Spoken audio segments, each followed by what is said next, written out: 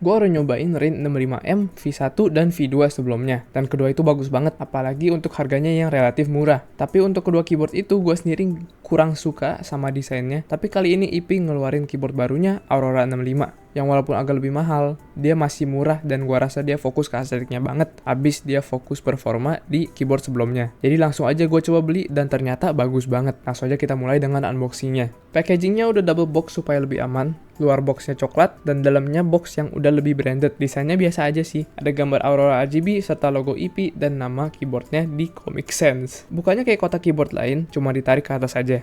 Di dalam kotaknya ada keyboardnya langsung yang dibungkus plastik segel, terus ada manualnya, dan di bagian atasnya ada kotak aksesoris. Di dalam kotak aksesorisnya ada kabel breeder Type A to Type C, strap EP yang lumayan tipis tapi masih oke, aksesoris buat pasang cantolan strapnya, extra keycaps, extra switches, extra gasket, dan keycap and switch puller. Untuk keyboardnya full besi dan lumayan berat juga, di sekitar 1,3 kg. Dia lebih berat daripada beberapa keyboard Alucase lainnya, seperti Ajas Alux 68 yang cuma sekitar 1 kg, dan Mate 60 gua yang gue pasang di GK61X yang sekitar 1,2 kg. Tapi buat keyboard Alucase biasa, misalnya seperti Sugar 65, dia masih lebih berat di 1,5 kg. Finishingnya halus dan buildnya juga lumayan solid. Satu masalah yang gue temuin cuma di bagian atas ini doang, yang lu bisa wobble-wobble gitu. Dan pas dia wobble, dia bakal bunyi. Jadi itu agak nyebelin. Wobble-nya itu karena dia kurang persis aja fitmentnya, dan dia bisa diminimalisir dengan cara gue pasang electric tape 2 layer di pinggir-pinggirnya. Gue recat Infinitas, tapi mereka belum kasih resolusi, jadi kalau kalian dapat masalah begini, gue nggak tahu bisa ganti unit baru atau enggak.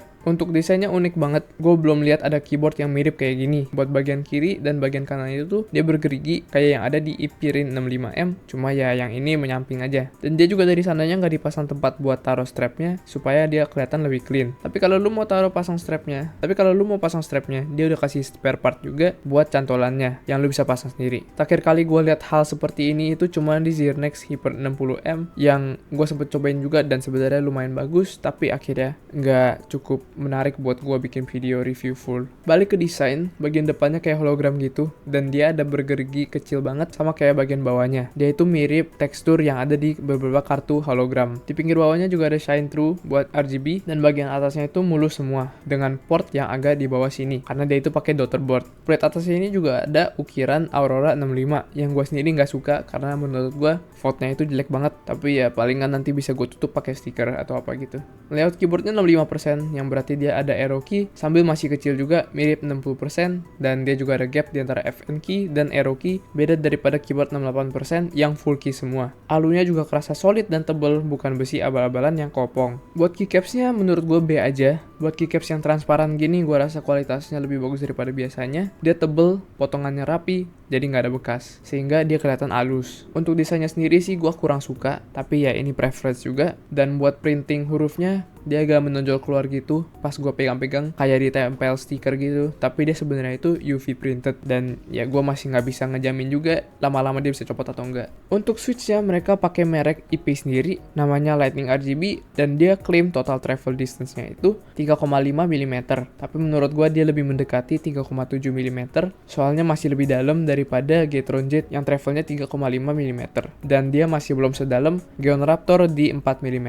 Buat actuation force-nya lumayan enteng, gue rasa sekitar 40 graman, dan dia juga pakai box stem, jadi teorinya akan nggak se-wobbly switch hall effect biasa, tapi dari pemakaian gue wobble-nya masih kurang dan bahkan lebih parah daripada Gateron Jet. Switchnya nggak terlalu scratchy tapi nggak se-smooth stok Gateron Jet Pro, lebih mirip ke Gateron Jet stok biasa. Untuk suaranya dia adalah yang paling talky yang pernah gue coba buat switch hall effect, tapi dia juga lumayan hollow. Dan untuk build quality-nya dia oke-oke aja. Nggak serapuh switch OTMU biasa, tapi dia nggak kuat juga. Untuk stabilizersnya mereka pakai plate mount, dan dari sananya gue bisa bilang ini adalah salah satu ataupun yang terbaik yang gue pernah pakai, stok ataupun abis gue mod. Secara stok dia udah nggak ada rattle sama sekali, nggak mushy dan nggak scratchy, bener-bener udah nggak usah gue apa-apain lagi. Untuk RGB-nya dia udah bagus banget, terang dan animasinya udah smooth. Switch dan keycapsnya juga udah bekerja sama buat ngeluarin RGB-nya banget, sehingga pas gue pertama colok keyboard ini kerasa seakan-akan gue kena flashbang. Tapi karena stem switchnya warna hitam, gue rasa dia kurang bagus aja untuk dilihat lewat keycapsnya. Lebih bagus kalau dia bisa stemnya warna putih, tapi selain itu sih nggak ada masalah.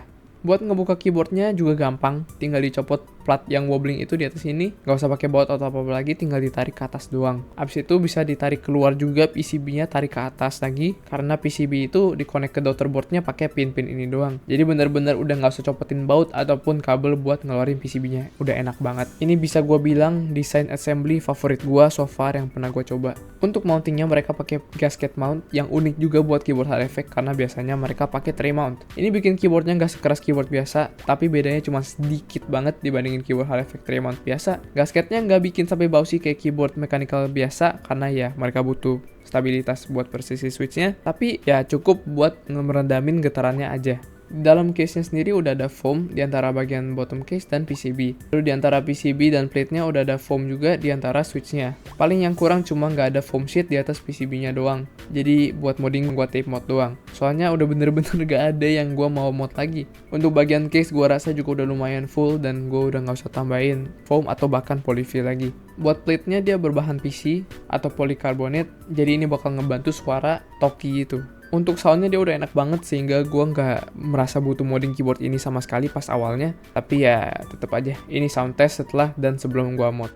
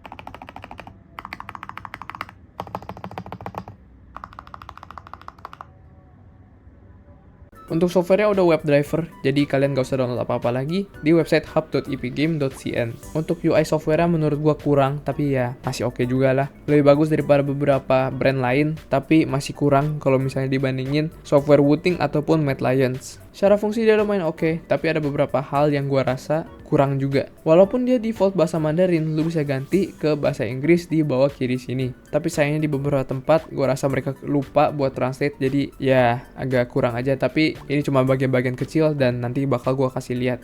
Di tab pertama ada lighting buat RGB keyboardnya, dan ada juga buat ambient lighting yang berada di pinggir bawah keyboard dan ada di sebelah arrow key sini. Tab kedua ada actuation settings buat kontrol aktuasi switchnya, dan ada juga buat ganti polling rate-nya yang udah bisa sampai 8 kHz. Satu hal yang aneh di tab ini tuh di bagian rapid trigger setting di yang dynamic reset level ini. Gua rasa harusnya dia ada slider juga, tapi ya di sini nggak ada dan gua nggak bisa scroll ke bawah juga. Jadi agak aneh aja. Tab ketiga itu buat ganti keybind, dan tab keempat itu buat ganti setting fitur rapid trigger lainnya. Udah ada DKS, MPT, MT, TGL, N, dan SOCD.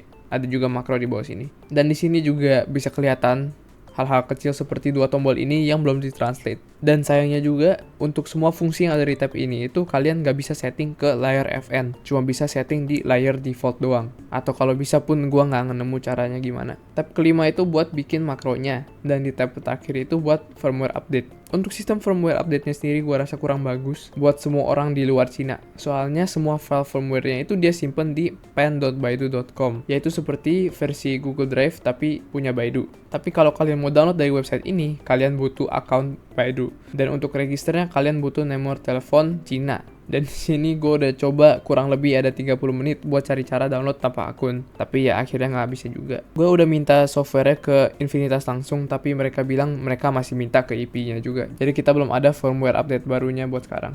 Jadi software-nya itu overall masih lumayan fungsional untuk hal-hal basic. Tapi at least buat sekarang gue rasa masih kurang dan bukan proses yang smooth. Tapi sebaliknya untuk gaming performance gue rasa udah enak banget. Abis gue turunin dead zone-nya, dia jadi kerasa jauh lebih responsif. Dan untuk polling rate 8K dibanding 1K-nya sih gue sendiri masih nggak terlalu kerasa. Paling mungkin pas gue main Osu gue kerasa dikit untuk map-map yang lebih cepet dan OD-nya lebih tinggi. Tapi di kebanyakan game lain gue nggak ngerasain perbedaan yang signifikan. Next, buat harga di 1,6 juta ini gue rasa ini masih value yang bagus banget. Walaupun dia bukan terbaik karena ya itu masih dipegang Flash 68 dan RAM 65M, dan keduanya ini keyboard dari IP. Jadi ya sebenarnya lawan IP ini cuma dirinya sendiri. Tapi yang Aurora ini bukan cuma buat performanya doang, tapi buat build dan desainnya juga. Keyboard ini buildnya overall bagus kalau bukan buat plat wobbly itu ya. Dan desainnya juga unik banget, terutama kalau lu suka RGB. Gue rasa lu pasti suka yang ini. Pemakaian keyboard ini so far gue enak banget. Untuk perspektif dari semua keyboard hall effect yang pernah gue review, pada akhirnya gue masih balik ke Mate 60 terus. Karena ya itu enak banget aja buat gue. Bahkan keyboard Book 75 gue yang harganya 3,5 juta, akhirnya gue balik ke Mate 60 juga. Tapi kayaknya kali ini gue bakal stay ke keyboard yang satu ini. Karena menurut gue kelemahan dari keyboard ini tuh cukup kecil sehingga gue bisa toleran dan bahkan lupakan pas gue pakai sehari-hari. Dan pemakaian gue itu so far itu jauh lebih enak daripada gue pakai Mate 60 flagship gue. Pas awalnya gue beli keyboard ini tuh cuman bener-bener gara-gara gue penasaran sama keyboard IP ini. Dan karena gue berpengalaman bagus dengan keyboard-keyboard lama mereka. Apalagi pas gue beli ini tuh masih ada diskon 15% ke 1,3 juta karena barang ini baru nyampe. Awalnya plan gue itu buat coba, abis itu gue jual ulang. Karena ya gue udah enak pakai Mate 60 dan saat itu gue nggak ngincer keyboard hall effect baru. Tapi ya kayaknya ini bakal jadi keyboard main gue sekarang karena ya enak banget. Jadi overall buat harga yang gue bayar itu keyboard ini gue udah puas banget. Dan gue bisa bilang kalau kalian bersedia ngeluarin duit buat keyboard ini worth it banget buat dibeli.